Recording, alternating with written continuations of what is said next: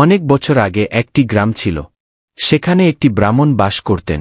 তার পুজো করে সুখে দিন কাটছিল। একদিন সে সন্ধ্যার সময় পুজো করতে জঙ্গল হয়ে পাশের গ্রামে যাচ্ছিল। তখন সে দেখতে পেল একটি বাঘ জালে ফেসে আছে। বাঘটি বলল, তুমি যদি আমাকে এখান থেকে মুক্ত করে দাও তাহলে বনের কোনো প্রাণী তোমাকে আঘাত করবে না। ব্রাহ্মণটি ভাবল তাকে মাঝের মধ্যেই জঙ্গলের রাস্তা হয়ে অন্য গ্রামে পুজো দিতে যেতে হয়। যদি এই জঙ্গলের কোনো প্রাণী আমার ক্ষতি না করে তাহলে তো খুবই ভালো হয়। ব্রাহ্মণটি সেই বাঘটিকে মুক্ত করে দেয়। তখন সেই বাঘটি বলে উঠল, আমি 2 দিন ধরে ক্ষুধার্ত, কিছুই খাইনি, এখন আমি তোমাকে খাব। ব্রাহ্মণটি বলে, এ তোমার কেমন বিচার? তুমি তো বলেছিলা বনের কোনো প্রাণী আমার ক্ষতি করবে না, তাহলে তুমি আমাকে এখন খাবে কেন?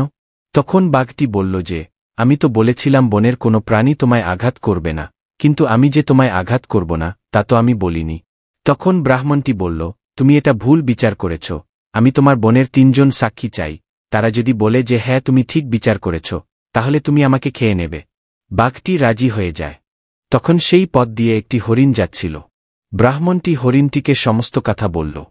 হরিণটি সমস্ত কথা শুনে ব্রাহ্মণটিকে বলল, তোমার মতো মূর্খের মরাই দরকার।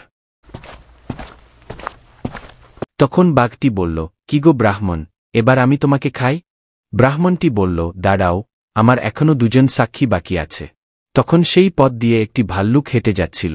ব্রাহ্মণটি ভাল্লুকটিকে সমস্ত কথা বলল। ভাল্লুকটিও লোকটিকে সেই একই কথা বলল যে তোমার মতো মূর্খের মরাই দরকার।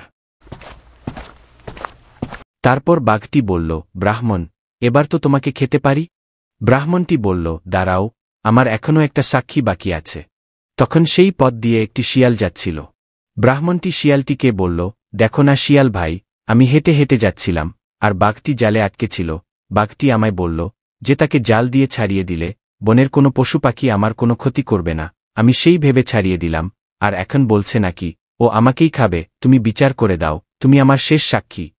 শিয়ালটি বলল, এইভাবে বললে আমি বুঝব না, আমাকে দেখাও যে কি হয়েছিল, তারপর আমি বিচার করছি। ব্রাহ্মণটি হেঁটে দেখালো আর বলল, আমি এই রাস্তা দিয়ে এরকমভাবেই হেঁটে যাচ্ছিলাম। বাঘটিও জালের মধ্যে ঢুকল এবং বলল যে আমি এরকম জালের মধ্যে ফেসেছিলাম। শিয়ালটি তখন বলল যে, ব্রাহ্মণ ভাই পালাও এবং গ্রামের লোকেদের গিয়ে বলো যে তাদের জালে বাঘ পড়েছে। ব্রাহ্মণ তাড়াতাড়ি গ্রামের দিকে চলে গেল।